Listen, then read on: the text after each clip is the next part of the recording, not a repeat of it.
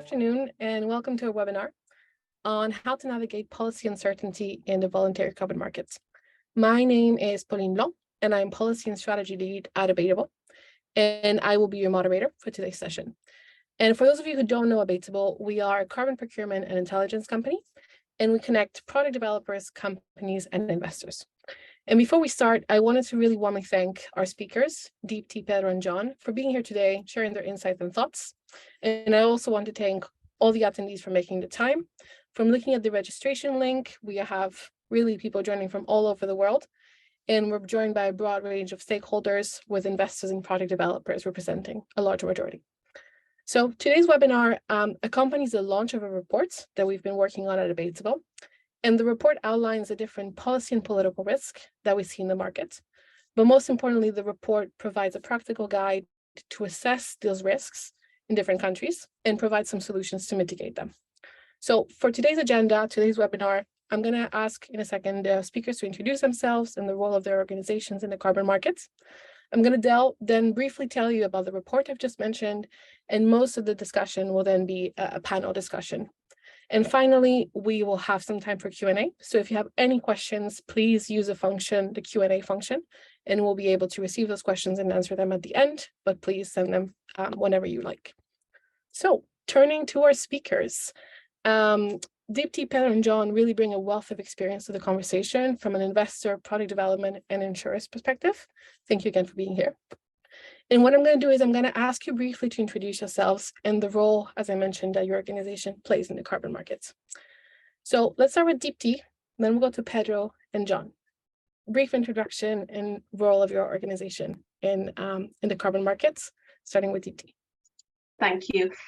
Good morning and good afternoon to everybody. And thank you for having me here this morning. My name is Deepti Jerath. I am UK head at MIGA, which is the guarantee arm of the World Bank Group. And I also lead the Global Carbon Markets Initiative for MIGA. For those of you who don't know us, MIGA plays a very important role in helping to catalyze private sector finance for development and for climate impact. And this crowding in of foreign investment into emerging markets is done by use of our guarantees as de-risking tools. And this is really our core mandate. We realize, of course, that carbon markets have a tremendous potential to unlock climate finance at scale, while also protecting biodiversity, providing support to local communities, and so on. And it is for this reason that we have been very focused as an institution on carbon markets and are keen to play a role in enabling the scaling up of high integrity carbon markets. Thank you. Thanks, Deepti. Pedro? Hello, everybody. Good afternoon. My name is Pedro Carvalho.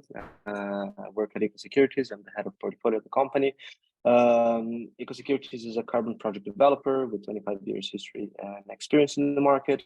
We registered the first CDM project that was successfully registered with CDM back in the days. Long track record of renewable energy projects and also energy related and industry processes. And yeah, we have offices around the world. And we develop projects and we departure from renewable energy assets. And now we also focus on NBS and community-based projects, but also technological removals. Happy to engage in the conversation today. Thank you, Pedro. John? Thanks, Pauline. Good afternoon, good morning to everyone on the call, and looking forward to what should be a really exciting and I think an important conversation. I'm John Miner. I work for Aon. I head up Aon's political risk practice.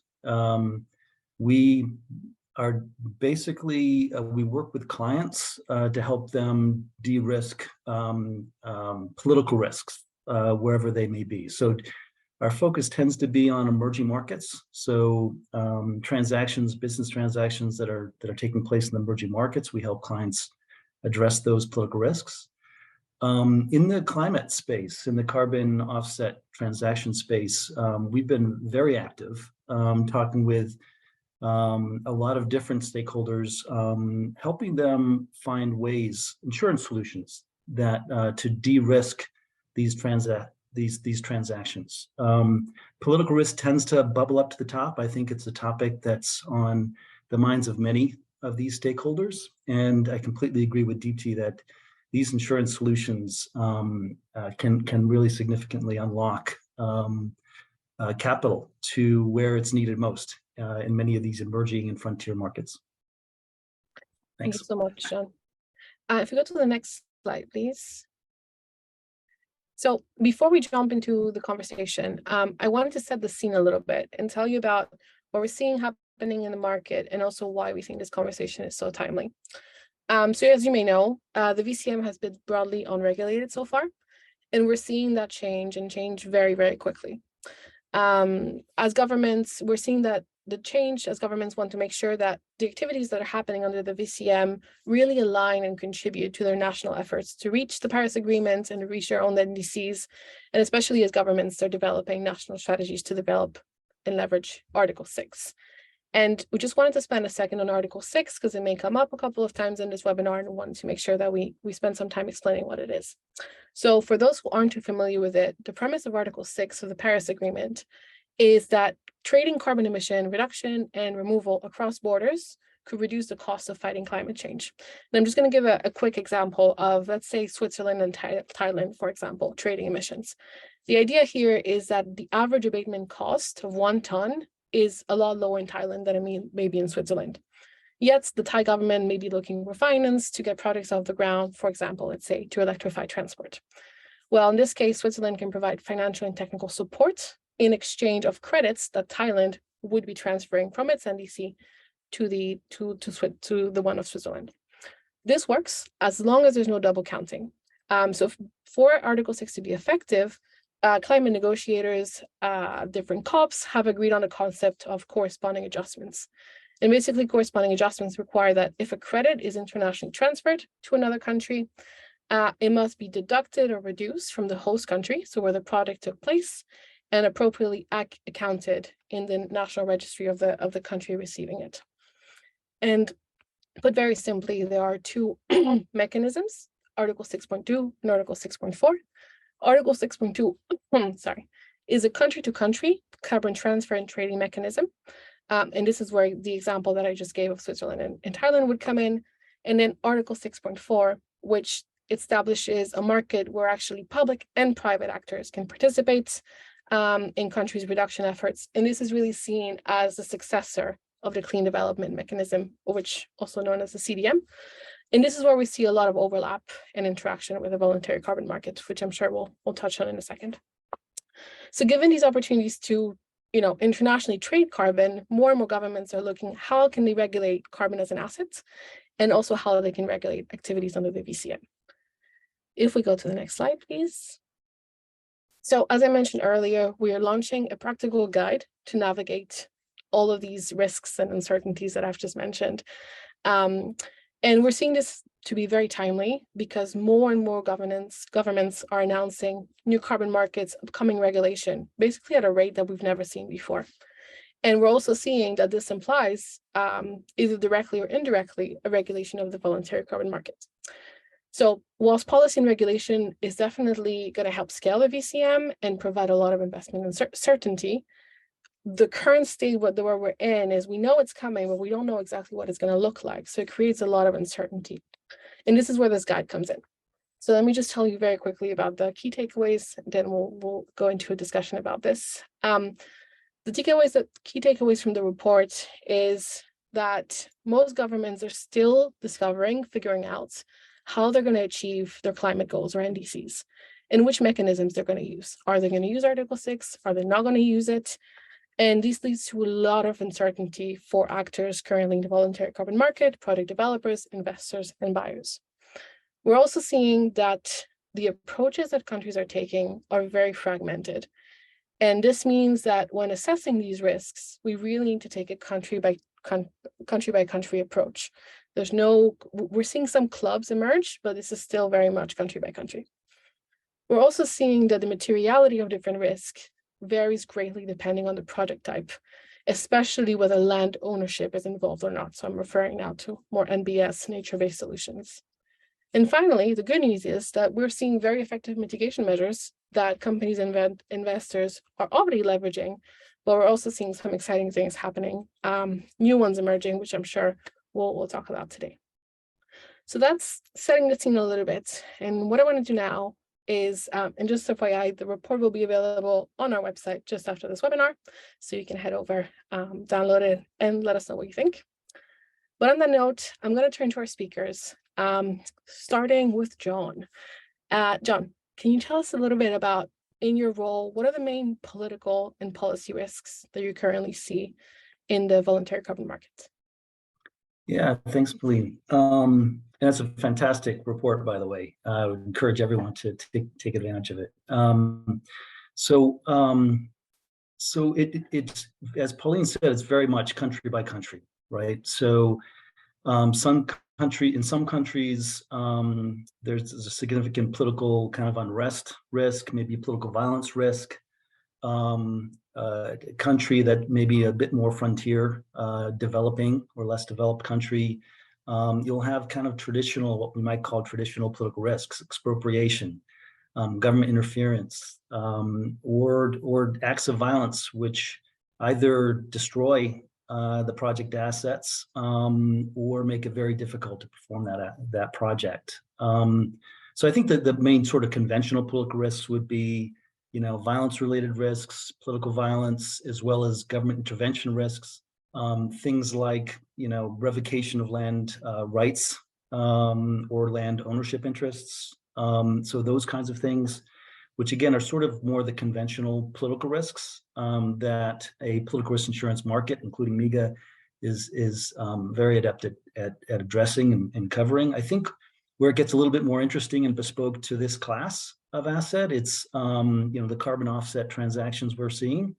It's really actions of governments that deprive investors of their rights relating to those carbon credits that are being generated. So it's and governments can do a range of things that effectively prevent a project from being monetized. I mean, most of the projects we're involved in, the main way that investment is monetized is through the sale of those credits. So it's not like these projects are generating a lot of revenue on its own. It's really the credits. And so the ability to export those credits, internationally transfer those credits, and sell those credits is absolutely critical to the commercial viability of these projects. And so we've seen situations in some parts of the world, Indonesia, Papua New Guinea, some other places where governments are just sort of either putting a temporary hold or just banning it altogether, maybe to figure out how can we properly regulate and manage this area, this sector. Maybe they want to develop a domestic market. They don't want all these credits to be exported. But so there are a variety of reasons why governments have and may prevent investors from effectively having rights to those credits, being able to monetize those investments. And those are the kind of the questions or the concerns that we're talking with most investors about. One related issue is double counting. So host countries will have their nationally determined contributions, NDCs, that they want to declare. They have their own commitments under the Paris Agreement. And so this whole, as Pauline described, Article 6 creates a mechanism for making sure that they're not double counted. These credits are not double counted. And so I think that's a significant area of uncertainty as governments try to figure out how they want to work with these projects in their own country, and the extent to which they need to take credit for them, or they'll permit the export of those credits. One last point is it's really important to understand the particular stakeholder and their particular insurable interests, right? So you have investors, developers of these projects, which will have these same risks we've described will impact them a certain way. But then you have buyers of these credits. Then it becomes more of an issue of delivery risk, right? So they don't have a direct investment in the project, but their interest is in being able to, they're paying in advance in many cases. for these credits, and it's the non-delivery risk. It's the same kind of political risks that prevent the delivery of those credits. But when we think about insurance solutions, it's really important to understand the specific insurable interests we're looking to de-risk. Thank you very much, John. So I'm hearing we still have very much the conventional political risk we need to deal with, and then we have an emerging type of risk, which has to do with upcoming regulation, which for investors may look as a risk. How can they monetize? Is there a risk to the monetization of the credits? And then for the buyer, the delivery risk. Pedro, I'd love to hear your thoughts. You have a different perspective coming more from the investment and development perspective. Do you see the same risks? Is there anything you'd like to add to what John mentioned? Yeah, sure. I agree with everything that John said. Let's start with that. But focusing a little bit from where I can speak with a bit more of authority here, like on the, let's say, project-related risks. I would echo the aspect about double counting that John mentioned. I think double counting related aspects, right? So I mean, double counting, corresponding adjustments, NDC alignment, the risk of having a ban on exporting your credits, or maybe understanding or maybe ensuring that your credits or your project are aligned or not with the Paris Agreement or corresponding adjustments, either Article 6.2, 6.4, or understanding in the end of the day what would be the optionalities or like the purpose of your project, right? Whether you'll be able to monetize your project under international voluntary carbon markets, or maybe whether your project would be focused on Article 6.2, or maybe that's Article 6.4, or maybe it's something else. But I think that's one of the main risks or the main unclarity or uncertainties that we face today as a developer in the market, which comes with what we're talking about, relating to new regulations. So there is the Paris process that is evolving, the UN process under the Paris Agreement that is evolving. So the Paris rulebook, the Article 6.2 guidances, the operationalization of Article 6.4 with the supervisory body, advancing the methodology and so on. But again, aware that governments are, as we speak, developing those regulations, developing those guidances. It's quite tricky to understand what's happening at a government's minds, especially in a moment that we do not have a lot of clarity or too much noise from, let's say, the environmental department or the environmental ministry of a country might have an opinion, and the economic ministry of the same country might have a very different opinion on that. So you do have divergent views within the same country, and this is not helping to de-risk the project on the long term. And just to get my another cent here, I would point out to dispute over carbon rights, right? So we do not have a legal definition on what's a carbon credit at the end of the day. So it's and here I'm focusing more on nature-based solution projects, right? So have a conservation project with traditional communities on that land. I mean, each country will regulate that in a different way. So if we're talking about traditional communities in the Brazilian Amazon, that's a way. If you're talking about chiefdoms in the countryside of Zambia, that's completely different. If we're talking about circumstances in Indonesia, it's also different. So, and how do you ensure that you have the carbon rights relating to the project, either a conservation project, either a reforestation project, a renewable energy asset? So it changed the rational driving the carbon ownership will also change, right? So that's a big question mark that we're trying to address by transactional documents, by other types of contracts. But it would be good to have a clear definition by countries before that courts or even arbitration courts start to deciding on that. I'll stop here. Thank you, Pedro. I'm tempted to ask you what are the solutions, but I'll keep that question for just to wait a little bit for that one. So what I'm hearing is there's a lot of uncertainty over the routes that product developers can take, whether to register, continue with the voluntary carbon market, engage with Article 6.2, 6.4. We're also hearing, there's a lot of diverging views between actors, between different ministries and things, so not a lot of alignment. And we also need, not every jurisdiction has the same level of definition or even has a definition of carbon or carbon rights. Thank you, Pedro. Deepti, Can you share with us the experience, what's the perspective of the World Bank and MIGA when you're looking at these risks? And how do you perceive what John and Pedro have been talking about? Thanks, Pauline. So I guess John and Pedro have really given us sort of very comprehensive overview of the risks here, and I agree with all of those, and sort of the different layers is sort of John highlighted of what might be sort of more traditional political regulatory risks, and those sort of now in a carbon context. So this is very much in line with what we have been hearing from the market through our engagement with stakeholders.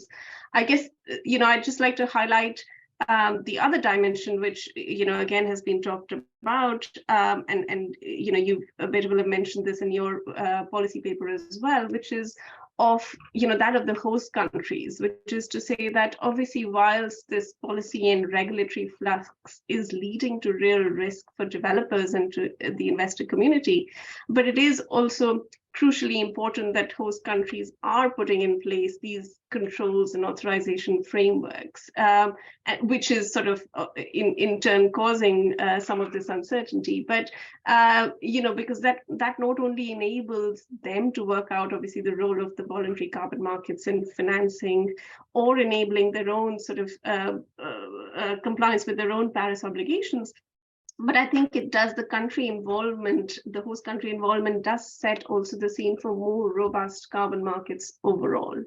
So it's important to remember, of course, as an investor community, that obviously these are not, the idea of uncertainty for any investment, let alone, investment this long term is not good.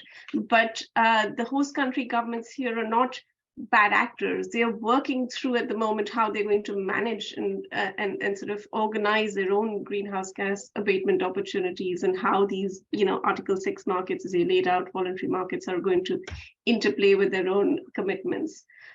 So the World Bank, our older sister, the bank, has been really helping to lead the way on a lot of this capacity building and work with country governments to be able to sort of help them make these assessments, set out the frameworks. But it will take time because these are complex issues, and the interplay of abatement cost across various sectors, what would be done locally, what needs international support, and therefore how to authorize trades in the voluntary markets, and the issues of double counting and so on. So there will certainly be, unfortunately, periods of this uncertainty or higher uncertainty that exists in the market. And at MIGA, we are looking at how we can support investment, not just beyond sort of establishment of these frameworks, but also during this phase of uncertainty. And we'll talk a bit about that further on. Thank you very much, Deepti. And I very much want to echo what you said. We're not saying governments are a bad actor at all. I think the certainty from developing these policies will, accelerate climate action, and it's important that we actually define what the role of the VCM is. So I'm 100% with you on that. I wanted to ask Pedro a question. Pedro, we've had discussions in the past where you've shared, how Ecosecurities regularly engages with governments as part of the project development work that you're doing. And we've discussed as well how, different governments may have very different approaches and feelings towards the voluntary carbon markets. I was wondering if you can share some examples and some of your experience of what some of those different approaches may look like. Mm-hmm. Sure. I mean, just to echo what Deepti was saying, indeed, governments are not bad actors. I think it's just a natural moment that we're living on, like a rapid evolution of the policy. And connecting to that and how governments are approaching the topic, I think that generally you might have governments that are somehow scared of overselling or like allowing losing the cost of opportunity to implementing low-hanging fruits or like cheaper abatement mitigation activities. So they might be a bit more restrictive on granting or accepting carbon projects, but the implementation of carbon projects in their country, right? But I think like we have like at least two dimensions where this operates, right? So I mean, just getting here like forestry projects as an example. You do have governments that are capacitating or like advancing or enacting regulation that will support, that will provide like enabling conditions for those projects to take place. So, and here, I mean, I can quote like several African countries that are establishing conservation regulations on how to formalize like chiefdoms in different countries, how these conservation efforts would be incorporated within their national targets, and a lot of the things or like the work that has been done under the REDD+ initiative, the UN REDD+ initiative, right? So safeguards, command and control legislation, and how to formalize and enable a carbon project to be developed. That is an enabling condition. So I mean, I think that's more or less across the board, with some governments a bit more delayed, some other ones a bit more advanced, but that's what happened more or less.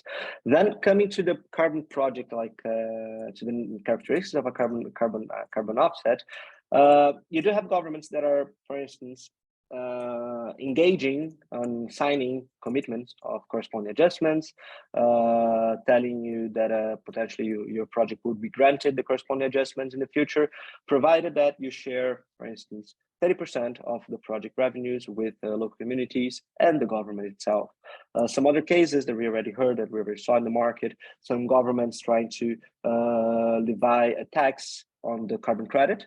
That is also somehow common. And now also we have some other governments that are generally not, they don't have the process in place. And this is somehow delaying the engagement with those governments, or perhaps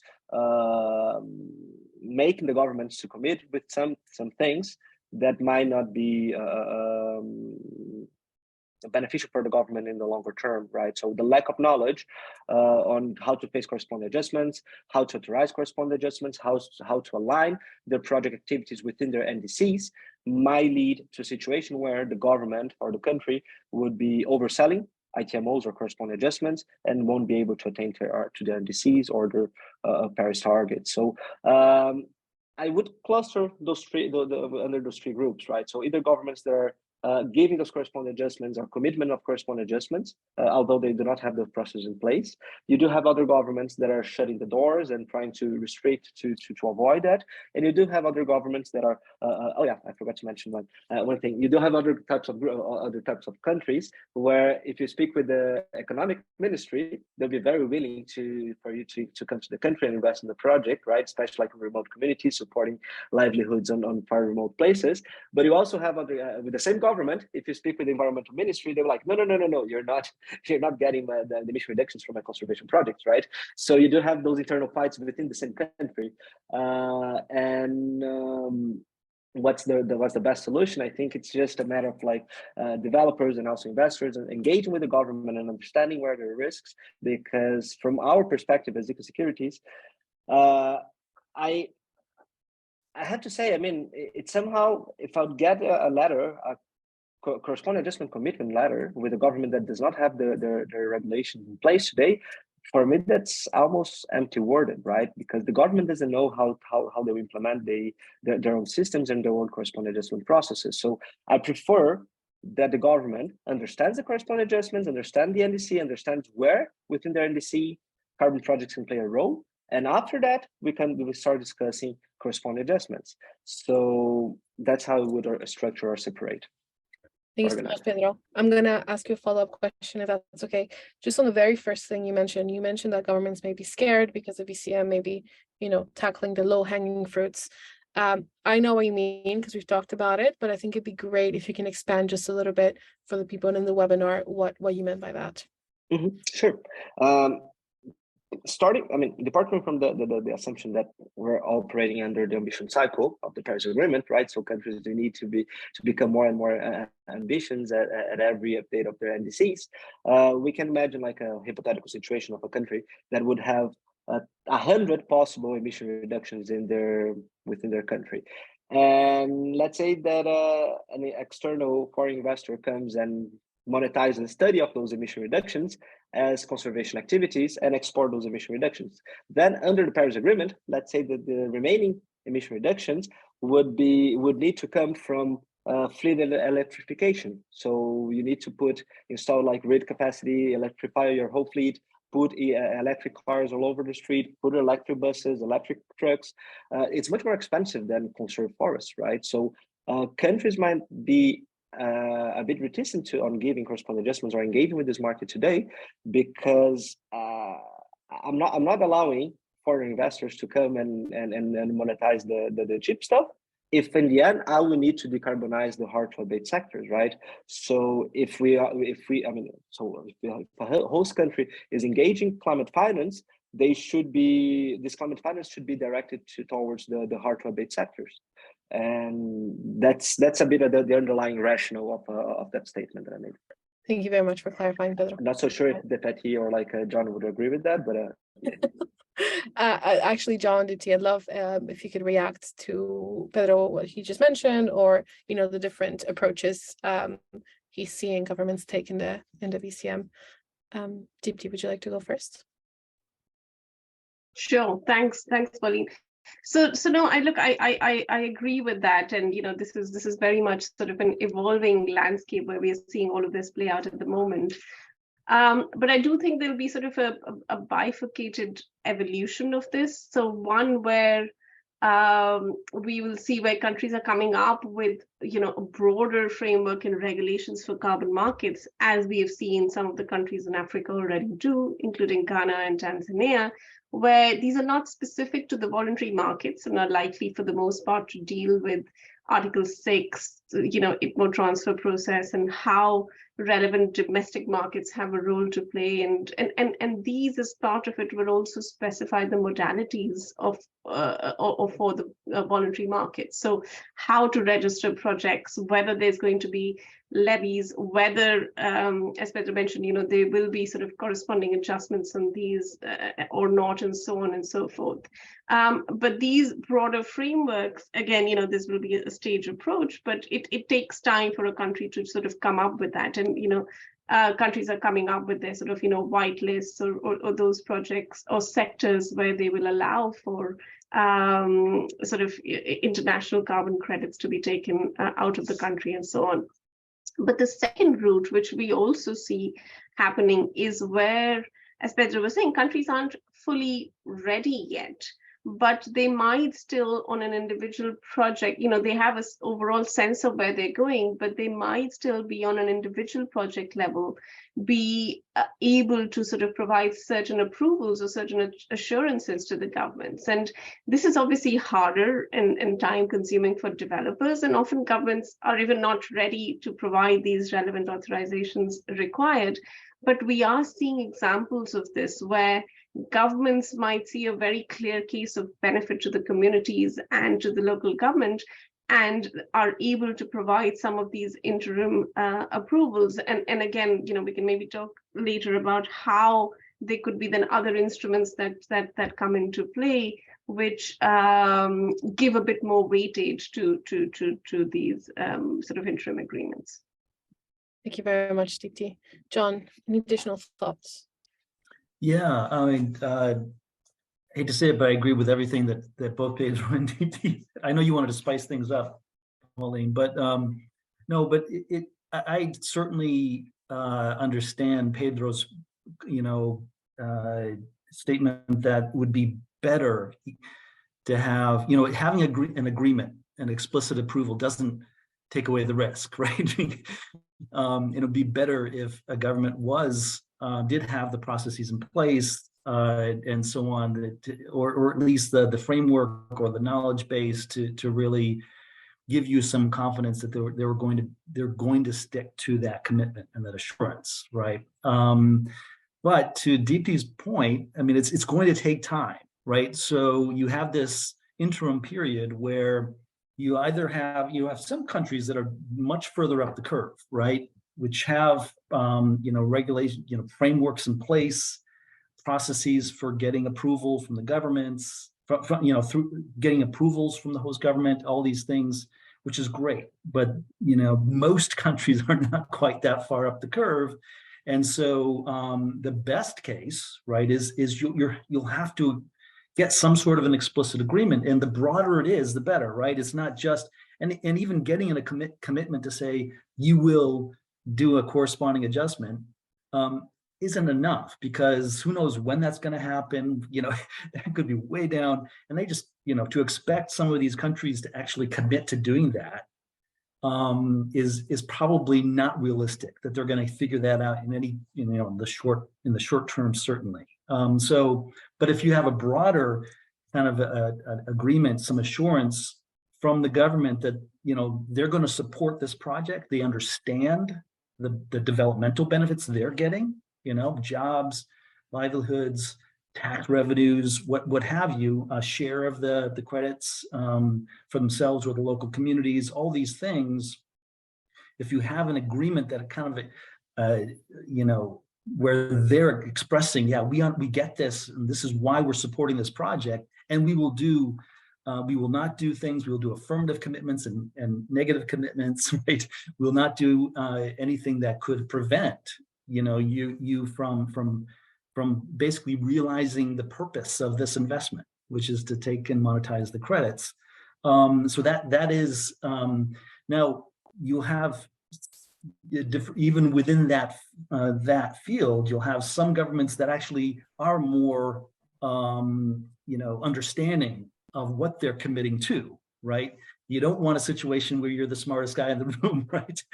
Where you're negotiating these agreements with governments that maybe they need a better framework understanding. They need some base level of capacity to understand how Article 6 works, what their commitment is, and have a general intention and a plan to move forward, even if it's not fully implemented. So that's the tricky part, is that you want these commitments with some teeth, right? You want to be able to have some kind of agreed forum in the event that they breach it. You'll be able to make a claim for damages somehow, right? So in an international or neutral forum. So you want those things to take into consideration as you're negotiating things. But we really kind of see those two, either a country where it has the existing framework in place, but in most cases, they're not quite as far up the curve, and so you really want to pay attention and really try to negotiate as much as you can within these explicit agreements. Thank you very much, John. I'm just going to pause just for a second and remind everyone that all the attendees, if you have questions, please use the Q&A function, and we will be addressing those in just a couple of minutes. My next question is, we've talked about risk, we talked about uncertainty. There may be a lot of people scared in the room right now. So we're going to move into hope. We're going to move into mitigation. And the next question I have is, so how can investors and buyers mitigate the risks that we have been discussing? And John, why don't you get us started? Okay, thanks.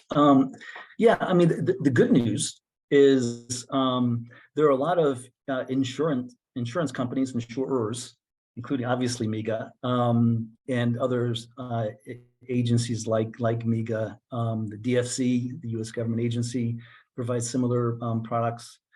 Very interesting, and as well as a private sector. So there are a number of private insurers that want to support these projects, that are committed to supporting these projects, and so that's the good news. And frankly, there are a number of kind of standard products that are, political risk insurance is never off the shelf, but you have sort of a demonstrated capacity from the political risk insurance market to provide some protection against many of the risks, maybe even some pretty significant risks that are preventing investors from deploying capital to some of these countries, expropriation type risks, right? Political violence types risks. So there are a number of things that investors can avail themselves of, which are readily available now. And I will also say that in a hopeful comment, we're working with a number of insurers that are willing to collaborate with us to develop more bespoke insurance products that do address some of these, more challenging, risks, which maybe the off-the-shelf product does not adequately address. And so we're definitely making progress here.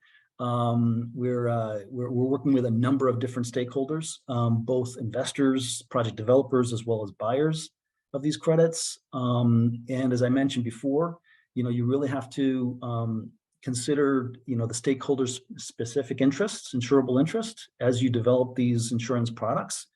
But there are a number of insurers, some of whom, have a pretty good experience and knowledge base to work from, that are proving excellent collaborators in our quest to innovate and create insurance solutions that address our clients' specific needs and concerns. Thank you very much, John. Pedro, I'd love to touch upon, collaboration with governments and anything else, but I'd love to hear your thoughts about what you're doing today and what you're thinking of in the future as to how you can mitigate those risks on the ground. Sure. First and foremost, I'll start using your report about political risks and using your framework. But after that, I think, again, I feel like you do have the insurance alternative that it plays a significant role. But again, speaking as a project developer, and considering like what Deepti was saying about like governments not being the bad actors, but just a moment that they are putting together the regulations, that they're capacitating themselves.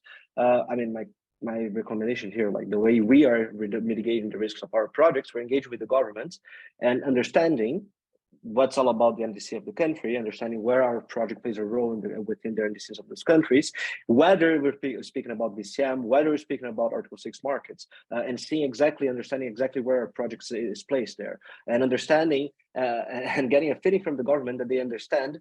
They have the same view as we do, right? So I think that's fundamental. It takes more time. Yes, it takes more time, but again, and nobody said that carbon project development is easy. So that would be the first part, right? And the second part, I mean, I don't want to be to make basic recommendations here, but it's always important to do your basic homework. So your political and legal assessments, right? I mean, just this weekend we got there was the news that one of the most famous improved forest management projects in Brazil is under threat because there's problems with land tenure. It was an international group that bought the land, and that's not aligned with Brazilian legislation. So again, it's something that, like, if you would have done your basic homework at first, you wouldn't be experiencing those problems today. So I'll limit myself to point out like this serious and meaningful engagement with the government and reviewing what's your project all about and what are the key risks that this project can bring. So whether you're engaging with traditional communities, you need to understand whether the specific government would have a specific legislation dealing with those communities. Again, land tenure, or maybe perhaps if you're talking about energy assets and what are the particularities relating to renewable energy assets, or maybe community assets, understanding whether, for instance, you will not have like overlap of claims. So whether you have like a conservation project that it could also have a cook stove project within the same area with the same baseline, with the same rationale, right? So again, doing a good job, it takes time, but it's definitely worthwhile because you do have like more resilient projects by engaging with the government and making like your thorough, full, and meaningful assessment. Thank you very much, Pedro. So far we've heard, insurance products, even bespoke from John. We're talking about doing your homework. We're hearing about meaningful engagement with governments and communities. And I'm going to turn it to Deepti. Is there anything else you want to mention? How are you at MIGA taking position on helping investors and buyers mitigate these risks? Thanks, Pauline. So I think I'll go back to what John was talking about earlier, which is that, there is a sort of traditional political risk insurance sort of set of products that already exist in the market, and then sort of, newer developments to incorporate some of the carbon specific challenges. So maybe just to very quickly, go into this, the MIGA's political risk cover, and sort of, not very different from many in the private market, is sort of 4 points of cover around expropriation, breach of contract, war and civil disturbance, and transfer restrictions. And really it's the former two, expropriation and breach of contract, that we think are particularly relevant for investors looking at sort of carbon credit generating projects and in developing countries from MIGA's perspective.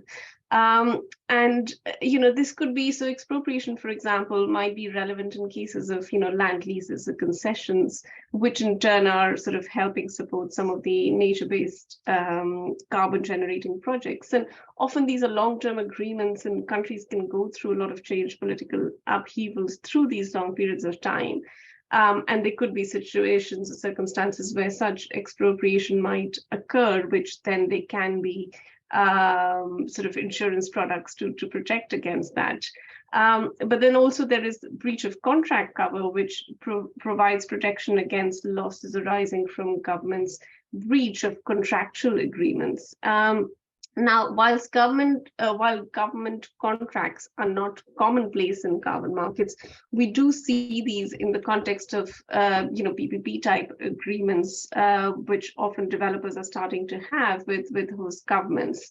And then again, we're looking to sort of adapt these covers and look at new type of covers specifically for carbon market investors, including risks like those that we've talked about, which is, risk related to authorizations that are provided by countries, which could be to allow investors to export the carbon or have a right to these, or for agreements to undertake corresponding adjustments. This has also been a big topic of debate about, once a corresponding adjustment is given, then what?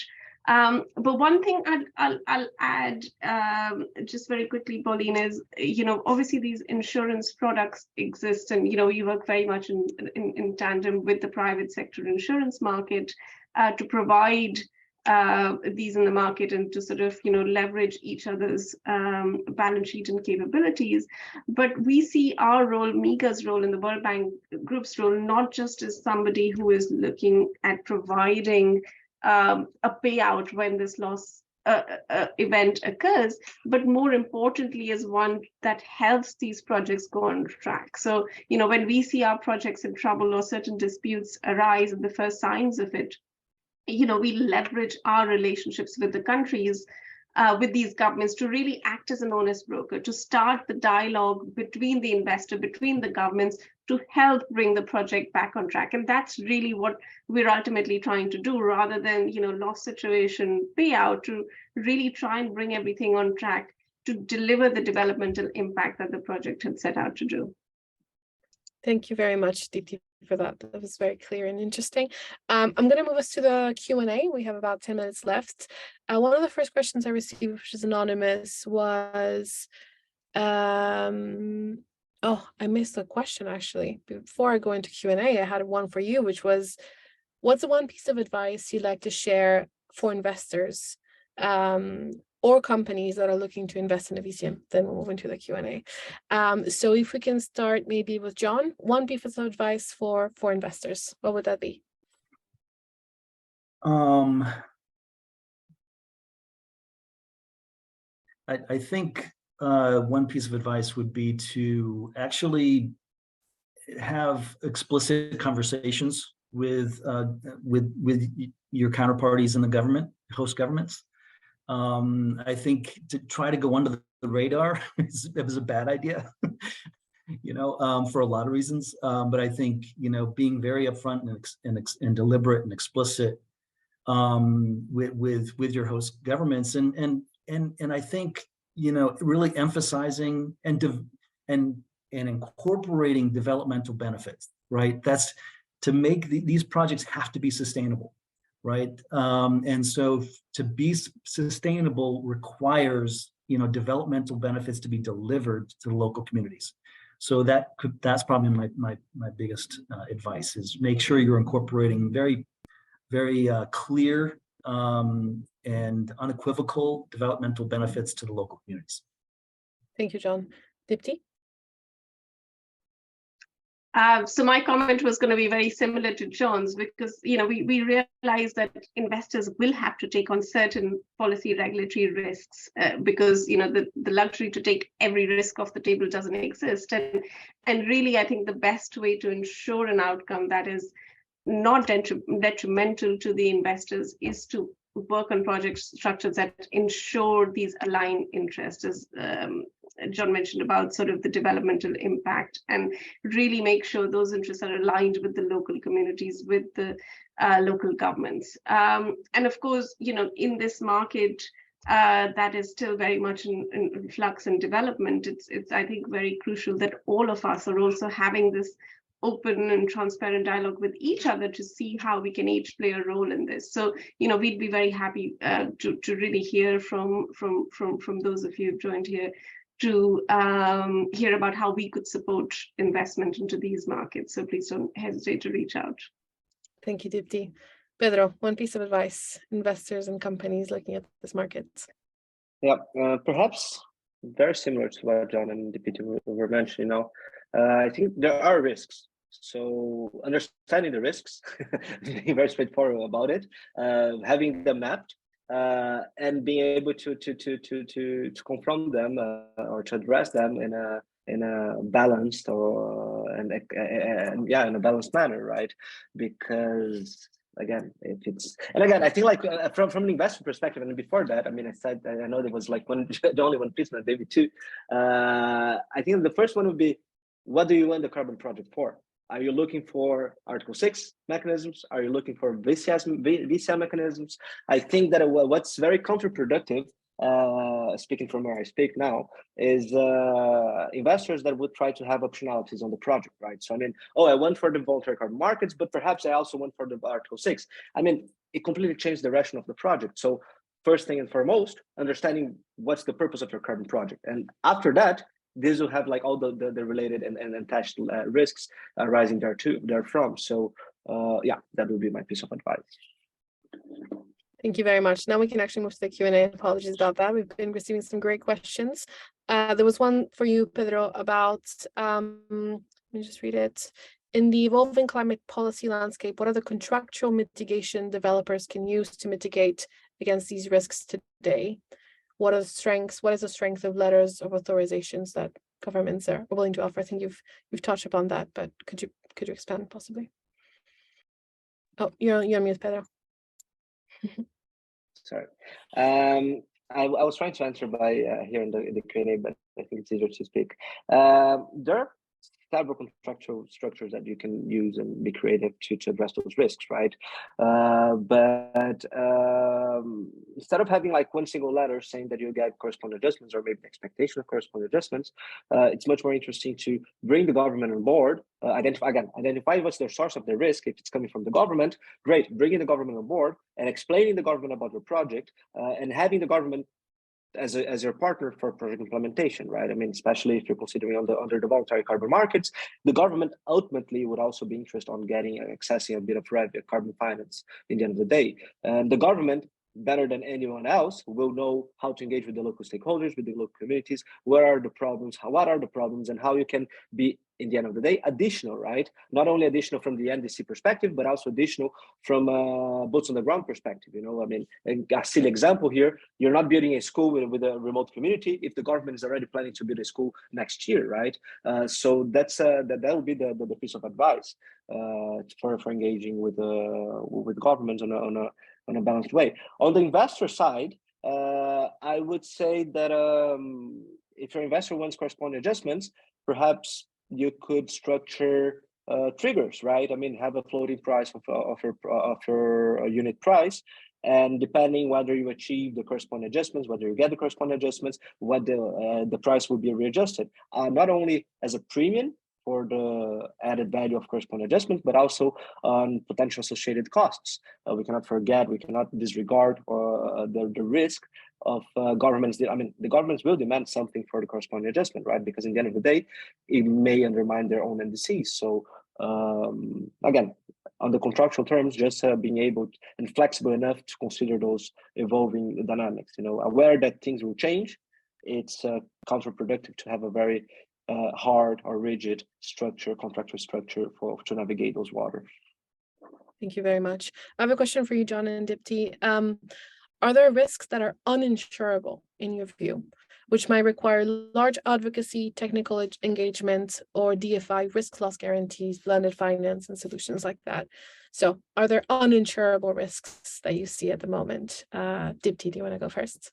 Sure. No, thanks, Pauline. That's a really good question. So I think, from a MIGA lens, as I mentioned at the very start, we're looking at this from our mandate of promoting development in the country. So really, from our perspective, we would look, an uninsurable risk is probably one where there is no country commitment, agreement, implicit, explicit, anything, where the project developer, I think somebody mentioned, has gone under the radar, and then there's a policy that creates risk. And I think it's very hard for us to be able to, in that context, provide cover. I'm not sure how the private insurance market might look at it, but I do think that there is, in some sense, an alignment of interest, even where there was to be other blended finance solutions, because I'd expect that the market probably evolves to a place where you can have more of that government buy-in, and then perhaps still have a combination of insurance solutions and blended finance solutions sort of sitting alongside, with the right type of capital taking that right risk across the tranches. But look, I do understand from discussions with the market that a lot of what I'm talking about, this is real risk. Project developers are not able to necessarily get this government buy-in. It's not for lack of trying, but lack of, I guess it's the timing issue, and government's not really being there. John, any uninsurable risks? Okay, real quick. The pricing risk I think is going to be a challenge to cover. Non-performance, delivery risk, not related to political risk, is I think going to be challenging to get covered. And then I would say, there was a third. When these credits are in circulation. Oh, right, bona fide. So governments are, doing what they should be doing. Creating regulations that are going to regulate this new area of business, right, in their countries. So they're going to be, creating tax regimes. They're going to be doing certain things, setting up procedures, making requirements, etc. So these are what governments, should be doing, right? It's what their modus operandi and it is. And so to ensure, I think you should probably consider those kinds of actions, which could have an impact on your returns, right? As being effectively uninsurable, if it's short of an explicit breach of contract, breach of an agreement, right? So there are going to be a number of things governments will do which impacts your returns.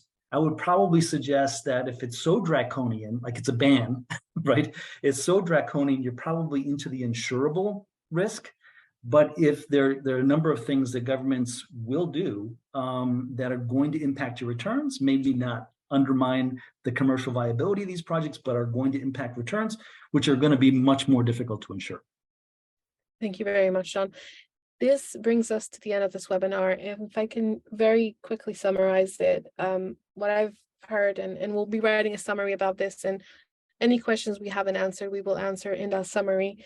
We're seeing, in addition to traditional political risks, new risks emerge due to the fact that governments are regulating carbon markets, carbon as an asset.